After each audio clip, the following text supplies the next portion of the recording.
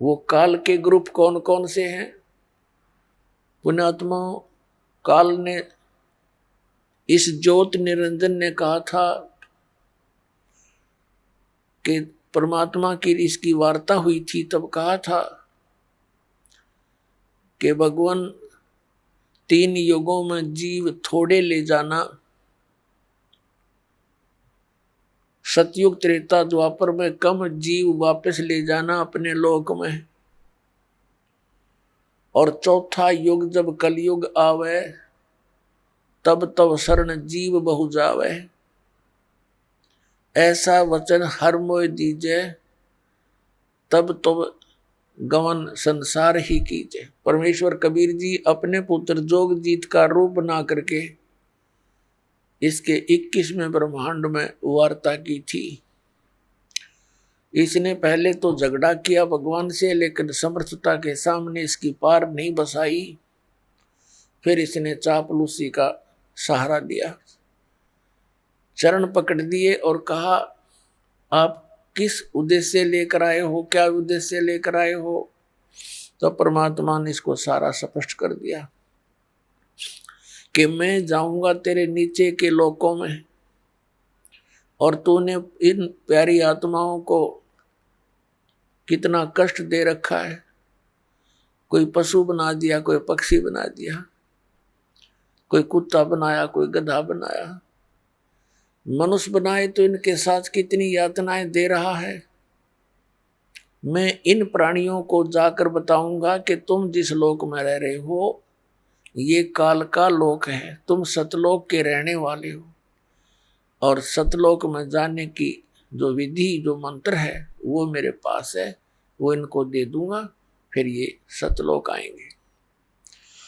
तो फिर इसको चिंता होगी, पहले तो परमात्मा के साथ लड़ाई करनी चाहिए, लेकिन परमात्मा ने कहा,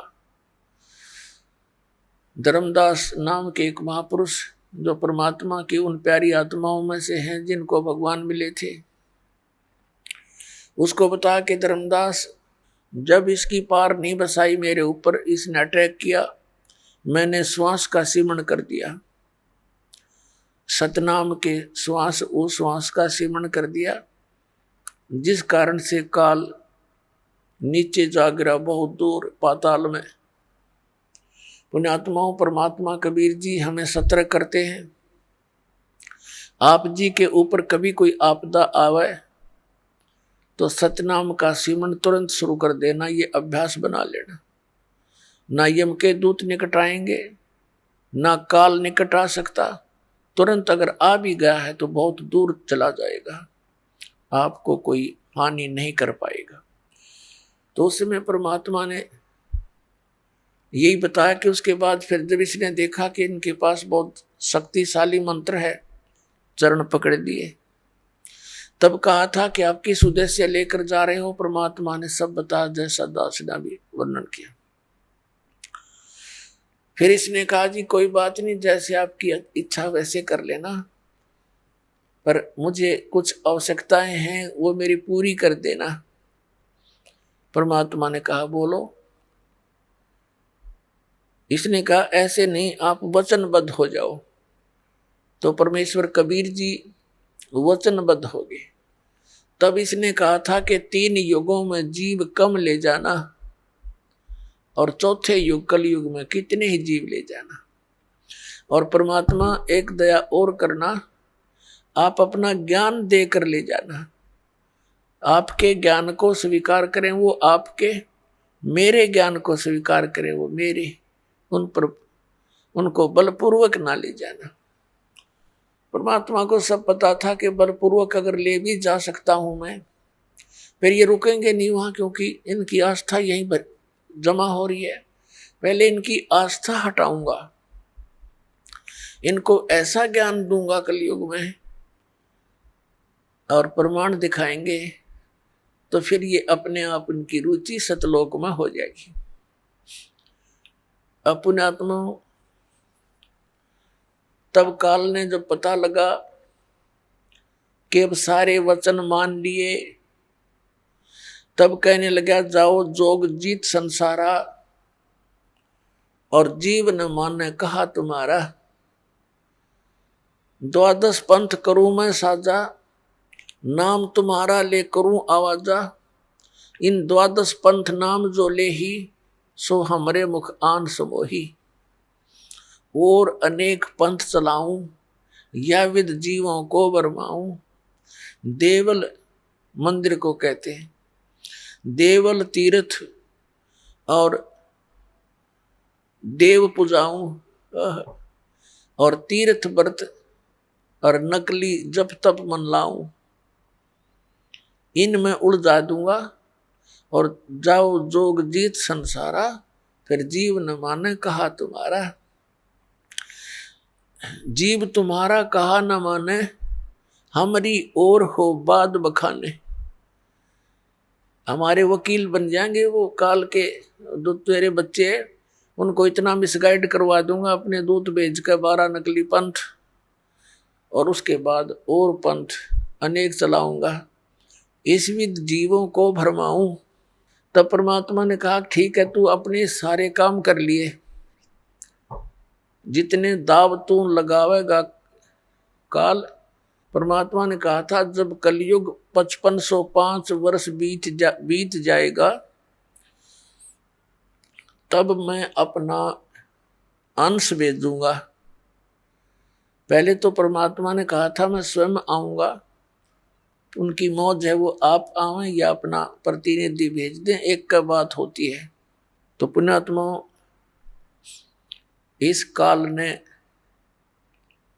कबीर पंथ के अंदर भी अनेकों नकली पंथ चलवा दिए, और किसी के पास नाम नहीं, किसी के पास वो परमात्मा वाला विधान और ज्ञान नहीं। अब एक जैसे ये 12 पंथों के विषय में तो आपको बहुत बार दिखाया है, एक और पंथ है कबीर पंथ के अंदर, जो अपने आप को पारखी बोलते हैं, जो अपने आप को पारखी संत कहते हैं। और वो कबीर परमेश्वर जी को अपने पंथ का, यानी कभी इस पारख पंथ का प्रमुख मानते हैं, और वो केवल परमात्मा द्वारा बोली गई वाणी, जिसको एक बीजक ग्रंथ कहते हैं, कबीर बीजक, उस वाणी को ये पारखी संत सत्य मानते हैं। और कहते हैं कबीर साहब ने जो वाणी बोली है ये सारी सच्ची है, जो बीजक में लिखी है। अपने आत्मा, अब ये यथार्थ ज्ञान परमात्मा के बच्चों तक पहुंच रहा है, इस चैनलों के माध्यम से, सीडी के माध्यम से, पुस्तकों के माध्यम से। और ये भी प्रमाणित हो रहा है क्योंकि बुद्धिमान समाज है।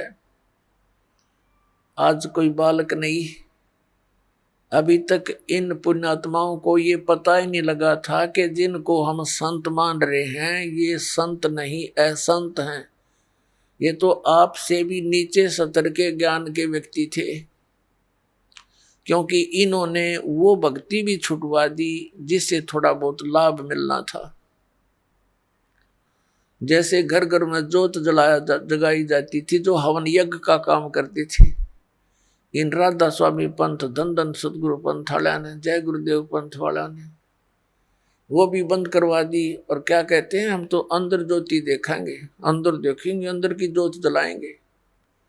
ये खाक जोत जलावेंगे, इन 5 नाम काल के जाप करें, और गुमराह किए बैठे सतलोक जान की बात करें। है तेरा गजब भाई। अपनात्मा, इस काल ने एक नहीं कई शिकंजे कस रखे हैं, कई फांस बांध राखी है प्राणी के। अब इस ज्ञान से, सत्संग से पुण्यात्माओं को जो सत परमात्मा की खोज में लगे हुए हैं उनको ये तो विश्वास हो चुका है, लगभग हो जाएगा नहीं तो ज्ञान सुनने से, कि कबीर इज गॉड, कबीर परमात्मा है, सतपुरुष है, सारे प्रमाण दास ने दिखा दिए। अब क्या समस्या आवेगी आपके समक्ष कि भाई यदि कबीर साहब ही भगवान हैं तो फिर बिल्कुल सही है, फिर तो कबीर पंथ में जितने महापुरुष हैं जो गुरु पद पर हैं, आम जनता जनसाधारण के मन में, भोले भालों के मन में ये बात मन में आवेगी कि भी सबसे पुराना कबीर पंथ में कौन सा स्थान है, हमारे किया और बीमारी है। हम सबसे पुराने नर बहुत उसको महत्वपूर्ण मानते हैं। तो पुण्यात्माओं, अब भोली आत्मा उन कबीर पंथ के उन नकली संतों के जाकर फंसना जा, इसलिए अब थोड़ा सा ये सतर्क और करना पड़ेगा। एक हमारा सेवक बना सन 1998 में, और उसको ज्ञान हो गया कि कबीर साहब परमात्मा है दास के प्रमाणों से। तो उसके अंदर काल ने के प्रेरणा भर दी कि अब कबीर साहब तो भगवान है ही, ये तो अंडरस्टूड हो गया, बुद्धिमान बच्चा था। लेकिन ये घनी बुद्धिमान, घना जो चतुरता है इस मार्ग में हानिकारक भी होती है। तो उसके मन में क्या दोष आया जो दास ने अभी बताया। उसने सोचा जब कबीर साहब ही भगवान हैं और गुरुजी इस दास के बारे में सोचा, ये तो अभी सन 1994 से नाम देने लगे हैं और ये तो बहुत नए से हैं, और कहीं ऐसा ना हो उन पुराने आश्रमों में उनके पास तो बहुत ही यथार्थ ज्ञान मिलेगा। तो उसने इस दास को इस अपनी जो उसने धारणा बना रखी थी परिचित नहीं होने दिया और कहा जी ऐसे ऐसे हमारी इच्छा है कि कबीर बट देख कर आवें, बांधवगढ़ का वो स्थान देखें जहां धर्मदास जी हुए हैं। मैंने कहा चलो भाई देख आते हैं। संगत थोड़ी थी, थोड़े ही भक्त बने थे सन 1998 में, फिर 99 की बात है। सन 2000 में फिर हम कहाँ गए, कबीर बट है एक, कबीर बट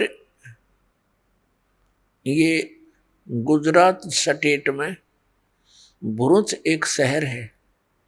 भरूच शहर से 12 किलोमीटर की दूरी पर एक मंगलेश्वर गांव है।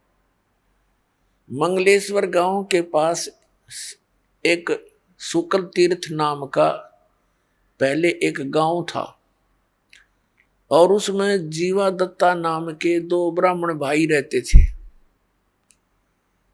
और वो परमात्मा के शिष्य हुए थे। उन्होंने ज्ञान सुना कि भी पूर्ण गुरु के बिना मोक्ष नहीं हो सकता। दोनों भाइयों ने विचार विमर्श किया कि भी हम जिस भी संत के ज्ञान विचार सुनते हैं हमने तो वो पूरा दिखाई देता है, अब हम कैसे निर्णय करें कि कौन सा पूरा है और कौन सा अधूरा है। तो उन्होंने अपनी ही सोच के आधार से एक फैसला कर लिया, निर्णय कर लिया कि हम अपने आंगन में एक सूखे वट वृक्ष की टहनी गाड़ेंगे, जैसे पौधा लगाते हैं गमला बनाकर, यानी नीचे गड्ढा बनाकर, और इन महापुरुषों के चरणामृत ला करके चरण धो के और इस टहनी में डालेंगे, और यदि ये हरी होगी तो हम मान लेंगे पूर्ण गुरु है।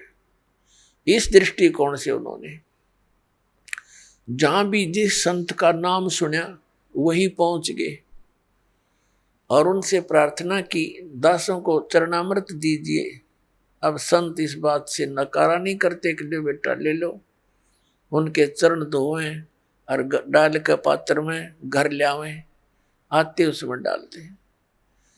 2 दिन बाट देखें, 2-3 दिन कुछ नहीं होता, हफ्ते 10 दिन, फिर दूसरे के पास जाए, तीसरे के पास जाए, सब जगह जा लिए जिनका बोलबाला था। अब ये उनको ज्ञान हो गया था कि मनुष्य जीवन परमात्मा प्राप्ति के लिए ही प्राप्त हुआ है, और यदि मनुष्य जीवन प्राप्त करके भगवान मिले नहीं तो व्यर्थ है, और पूरे गुरु बिना भगवान नहीं मिले।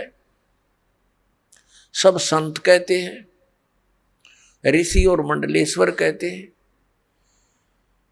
तो उन्होंने ये डिसीजन कर लिया कि हे परमात्मा, इस समय तो पृथ्वी पर कोई परम संत नहीं है, पूर्ण संत नहीं है, हम दोनों भाइयों की मृत्यु कर दो, और किसी समय इस पृथ्वी पर संत आया हो पूर्ण,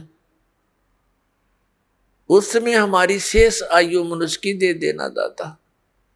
कति फाइनल फैसला आत्मा से पुकार के और ये अर्ज की, और दोनों भाई मायूस रहने लगे कि क्या बने इस जीवन का, तो पूंजी नष्ट हो रही है। अब कहते हैं परमात्मा, धारी मेरे संत की मुझसे मिटैनी अंश। उसी समय हफ्ते 10 दिन के बाद परमात्मा एक जिंदा महात्मा के रूप में उस शुक्ल तीर्थ नाम के गांव में, जिसमें 30-40 घर थे ज्यादा से ज्यादा, पहले ऐसे छोटे छोटे गांव होते थे सभी, तो वहां गली में घूम रहे हैं, और जीवा और दत्ता, जिसको तत्वा भी कहते हैं, उसके घर के सामने से और दूसरी गली में जा रहे थे। तो दत्ता बाहर आया। उस दत्ता ने देखा कि एक महात्मा जा रहा है। उसने अपने बड़े भाई जीवा से कहा कि जीवा, एक महात्मा जा रहा है, तेरी आज्ञा हो तो बुला लाऊं। अब जीवा कहने लगा, भाई रहने दे, क्यों जख्म को हरा कर रहा है, क्या करेगा बुला करके। ऐसे ऐसे मंडलेश्वरों को देख लिया, उनके पास कुछ नहीं हुआ। दत्ता ने फिर कहा, भाई मेरी तो इच्छा करती है संत को एक बार बुला लाऊं। जीवा ने कहा, भी देख ले, फिर मैं क्यों तेरी आत्मा को दुखाऊं, बुला ले। इतने में परमात्मा वापस आ गए, जैसे किसी का घर खोज रहे हो, और दत्ता पुण्यात्मा थी, चरणों में मत्था टेका, हे महाराज, आपके दास की झोपड़ी है, चरण रखना, आ जाओ यहाँ दर्शन देना, कुछ समय विश्राम करो। परमात्मा ने कहा, अच्छा भाई चलो। जाके जैसा भी कोई स्थान था बैठने के लिए दे दिया, कोई पीढ़ा बूढ़ा, परमात्मा बैठ गए। और जीवा कहता है, दत्ता कहाँ जी, वो लाना, साधु के चरण धोवाएंगे। अपनी लाए कोई परात थाली और उसमें पानी डालकर चरण धोए। अब जीवा कहता कि दत्ता ले जा इस जल को, चरणामृत को, और संतों के चरणामृत को गली में नहीं डाला करते, इसको अंदर डाल देना पौधे में। अच्छा जी। अब दत्ता गया आंगन में, और जो ही वो लगा डालने जल डालते डालते ही वो सूखी टहनी जो गलने लगी थी नीचे से, वह एकदम हरी भरी होगी। बोलो सतगुरुदेव।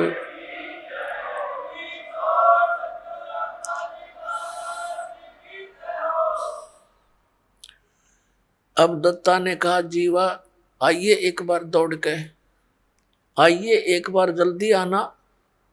अब जीवा गया, क्या बात है, परमात्मा आगे, ये तो मालिक आगे, भगवान आगे, देखिए एकदम हरी भरी होगी टहनी, वट वृक्ष यानी बड़की टहनी सूखी थी। दोनों भाइयों ने एक एक पैर पकड़ लिया।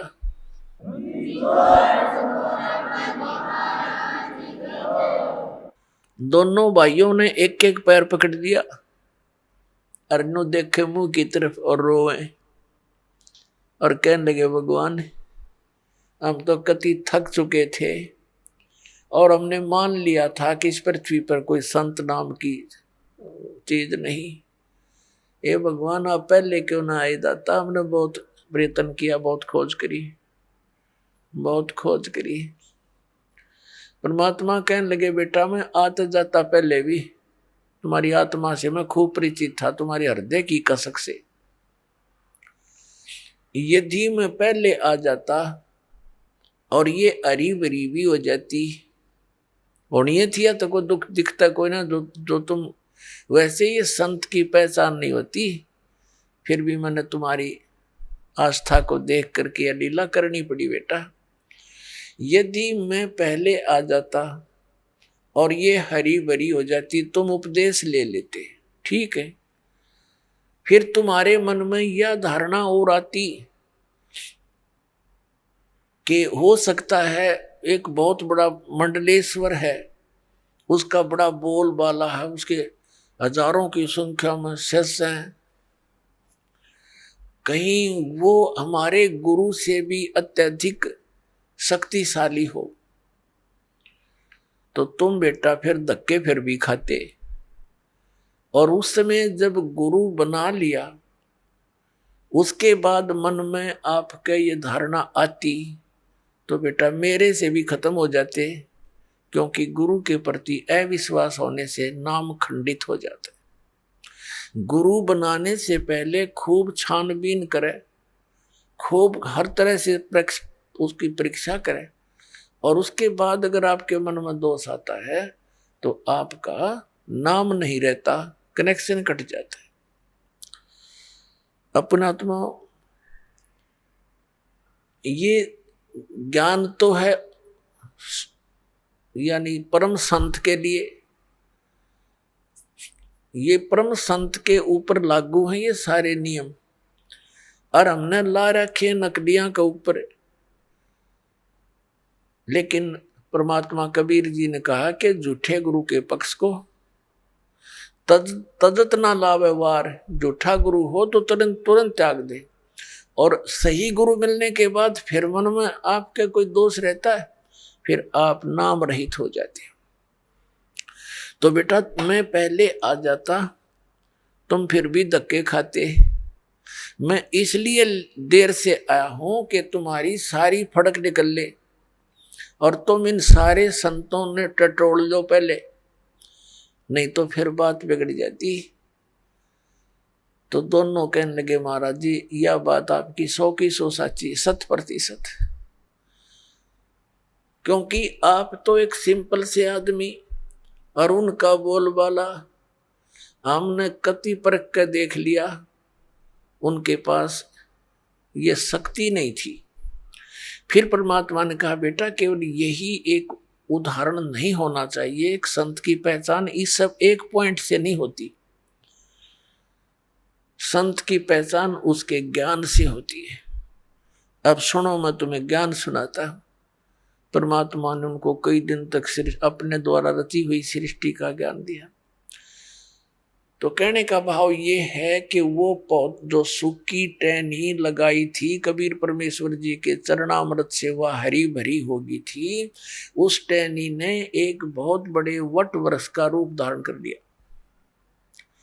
अब वो पूरा मंगलेश्वर गांव भी वहां से खत्म हो गया, इधर उधर जाकर बस गए, क्योंकि वो एक टापू सा है और उस टापू को नर्मदा नदी ने अपना दोनों तरफ से, चारों तरफ से घेर रखा है। वहां नर्मदा नदी, नर्मदा दरिया दो भागों में बंटकर आगे जाकर फिर एक होकर समुद्र में गिर जाती है। तो वहां टापू बना रखा था, वो टापू था वो मंगलेश्वर गांव। तो अब वहां कोई नहीं रहा, वहां जब टापू में वो बदल गया तो बाहर आके रहने लगे, वहां अकेला वो वट वृक्ष रह गया। उस वट वृक्ष के विषय में बताया है कि लगभग 900 एकड़ में का घूम गया, फैल गया। लगभग 600 वर्ष पुराना वो वट वृक्ष आज भी विद्यमान है, जीर्ण शीर्ण हो रहा है। उसको अब लगभग 1.5-2-3 एकड़ में अब भी है। और वहां कबीर पंथ का एक महंत पद से ये परंपरागत वहां एक आश्रम है, उस वट वृक्ष के नीचे ही, बड़ के पेड़ के नीचे। और वो केवल महंत पदवी इसलिए रखी गई थी कि ये यादगारें, जो अद्भुत लीलाएं घटनाएं घटी हुई हैं, ये सुरक्षित रहें। इस पिछली पीढ़ी तक के कबीर परमात्मा के द्वारा की गई लीलाएं आज भी उनके अवशेष बकाया है। तो पुण्यात्मा, उस वट वृक्ष को देखने के लिए पहले हम गए बांधवगढ़। बांधवगढ़ के अंदर कुछ नहीं पाया। वहां उनका धर्मदास जी का लड़का था नारायण दास, वो परमात्मा की शरण में नहीं आया था। फिर परमेश्वर कबीर जी ने आदरणीय धर्मदास साहिब जी को अपनी कृपा से 60 साल की उम्र हो चुकी थी उनकी, धर्मदास जी की, तब एक संतान, एक पुत्र दिया था। उस पुत्र से उसका वंश चला था। और उस पुत्र के साथ बड़ा बेटा हमेशा विरोध रखता था, उसके साथ जो है ना झगड़ा रखता था। उसने वहां से छोड़ दिया था बांधवगढ़। दूसरे छोटे लड़के ने कहीं और चला गया था, कुदरमाल वगैरह नाम बताया, MP में। तो बांधवगढ़ में वो हमारे साथ था, वो हमारा सेवक। उसने बाद में बताई दास को फिर ये बातें। तो उसने जाकर के बांधवगढ़ में जो महात्मा से दिखे थे उनसे बात करी, अलग से चर्चा की, ज्ञान गुण की बातचीत की। फिर हम वहां से चल पड़े वट वृक्ष देखने। हम वट वृक्ष पर पहुंचे तो वहां एक महंत था, अच्छी गद्दी लगा रखी, एक झूला के ऊपर बैठा वो, और 1-2 उसका सेवक उसको झुला रहा था। तो उससे उसने एकांत में बात करी। हम कहीं उधर अपने बैठे थे। उससे पूछा, जी सार नाम क्या है, सत नाम क्या है? वो कहने लगा, मुझे तो मालूम नहीं। मेरे मामा जी की दुकान थी, मेरे मामा जी रहा करता यहाँ पर महंत, उसकी मृत्यु होगी, मेरी तो लकड़ी की दुकान थी, मुझे यहाँ बैठा दिया, मुझे नहीं मालूम यहाँ क्या है। हाँ, इतना अवश्य है कि ये वट वृक्ष के विषय में जानता था, बाकी सार नाम के बारे में मुझे नहीं मालूम। ऐसे वह बांधवगढ़ में उन संतों से पूछा, उनने भी यही जवाब दिया, कोई कुछ बतावे, कोई कुछ ना बतावे, ये मंत्र है, ये मंत्र है। फिर हम पहुंच गए और कई स्थानों पर गए, बड़े बड़े जो कबीर पंथ के थे। तो सब जगह घूम कर हम वापस आ गए। वहां चल बच्चे देख लेंगे, परमात्मा के स्थान है, अच्छी बात है। फिर आकर के उसने बताया, कहने लगा, जी ये यात्रा मेरे लिए वरदान सिद्ध होगी। मैं कहा, भाई ऐसी क्या बात है, बताइए। कि मैं इतना नालायक और नीच व्यक्ति हूं। उसने अपनी सारी गलती मान ली कि मैंने ये सोचा था कि कबीर तो परमात्मा है ही है, कबीर जी तो इसमें तो कोई सकरा को नहीं, सारे प्रमाण आपने दिखाए थे। तो मेरा नो शक था कि जब कबीर जी भगवान है तो इनके पूरे मेथड से कबीर पंथ के जो साधु संत हैं वो तो गर्क पावेंगे, कति सैचुरेट पावेंगे, वो तो परिपूर्ण होंगे। मैं बोला, फिर भाई क्या देखा? अगर वो, मैं बोला, बेटा अगर वो परिपूर्ण होते तो दास ने डले ढोंड की क्या जरूरत थी? क्या जरूरत थी संघर्ष करने की?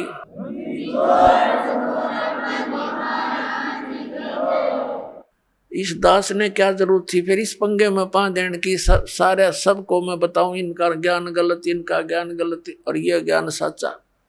और सभी भोली आत्मा भी नो सोचे रामपाल निंदा करता है, नंदक को और सच्ची बताऊं। तो उसने फिर बताया, जी मैं ऐसे ऐसे किसी से पूछा महाराज जी सार नाम क्या है? उसने क्या बताया कि हाथ पर आटा ले लो। एक कबीरपंथी पुराने आश्रम का 60-70 साल का बूढ़ा, और नो कह हाथ में आटा ले लो और श्वास के निकट कर लो, और श्वास से उस आटे में कोई डिस्टरबेंस ना होनी चाहिए, बस ये समझ लो सार शब्द है। वो कहने लगा अब मेरा तीसरा पेटा भर गया, ऐसी दृढ़ता आई है भगवान, ये तो कति नरे खाकी बैठे हैं, किसी के पास भी कुछ को नहीं। और फिर उसने बताई जी मेरे मन में इतना नालायक हो, मेरे मन में ये दोष आ गया था। माँ भाई कोई बात नहीं, ये तो आवेगा और इसका समाधान भी भगवान करेंगे, जिन पुण्यात्माओं पर रहम करेंगे। वो दिन है आज उस बच्चे को ऐसा दृढ़ निश्चय हुआ इस दास के इस सारे ज्ञान पे, और उसका जीवन सफल हुआ, ना तो फिर मार खा जाता कि तो पुण्यात्माओं अब बोली आत्माओं के ऐसी समस्या और आवेगी। एक और परिवार था, राधा स्वामी पंथ से आया था सन 2003 में, पूरा परिवार आया यहाँ पर, दीक्षा ले ली क्रोधाश्रम में और अच्छी लगन से लगे रहे। फिर उनके मन में भी यही दोष पैदा हो गया, सारा ज्ञान समझ गए कि भाई अब दामा खेड़ा के अंदर धर्मदास साहिब जी की गद्दी से संबंधित संत बताए हैं। कोई सिर फिरा मिल गया उनको दामा खेड़ा के गद्दी का कोई भक्त, उसने बता दिया उनको कि पूर्ण मोक्ष चाहिए तो दामा खेड़ा गद्दी वालों से ही होगा। कबीर साहब ने उनको वरदान दे रखा है, अच्छा उनको झाड़ा लाने का वरदान दे रखा है, कनपेड़ झाड़न का। कबीर साहब ने तेनू बता रखा जो सच्चा नाम देगा उससे मोक्ष होगा, सतनाम तो वंश से नहीं नाद से होगा। यानी आज तक किसी ने देख लो नाद वाले जितने यानी वचन के से उनसे ही हमारा पंथ उजागर हुआ है, और जिसके पास सही नाम है उसी से मोक्ष होगा, किसी पीढ़ी से। उनका वह बात पक्की जच गई। अकरामपाल तक कल 5-4 वर्ष से लगा नाम देने, और वो तो बहुत पुराना बताया, यहाँ से छोड़कर वहां चले गए धक्के खान। उन्होंने सतनाम प्राप्त हो चुका था। सार नाम तो बालक ने कहा था भी थोड़ा सा और रोशनी हो लेने दे, फिर जल्दी दिया करेंगे, अभी तो थोड़ा खींच कर लेना है, समय बढ़ाना है। तो उन्हें जाकर पूछा जी हमने नाम दे दो, दामा खेड़ा पहुंच गए। वो बोले भाई ठीक है बैठो नाम देते हैं। उनने सुना दिया पूरा शब्द, अजर नाम अमर नाम पाताले सब सिंधु नाम, यही हंस का काम। वह देखे उनके मुंह की तरफ, वो कहने लगे जी वो सतनाम, तो सतनाम कौन सा होता? बोला ये है जो कुछ है, जो कुछ है बस यही है। अब वो वहां से तो खिसियानी बिल्ली होकर आ गए। उन्होंने फिर स्कीम बनाई, किसी से बताया कि वहां कबीर चौरा है काशी में, वहां परम संत पाओगे, वहां धक्के खाए। आखिर में वो भक्ति से हीन हो गए, यहां से भी गई। तो कहने का भाव ये पुण्यात्माओं, इस काल ने तो कई शिकंजे कस रखे, बहुत बंधन बांध रखे, पर अब ये सारे समाप्त करने पड़ेंगे। दास सारे समाप्त करेगा और ऐसा कर देगा इन सबको कि इनके पास खक नहीं, सबके जोड़े खाली करके दिखा दूंगा। अब देखो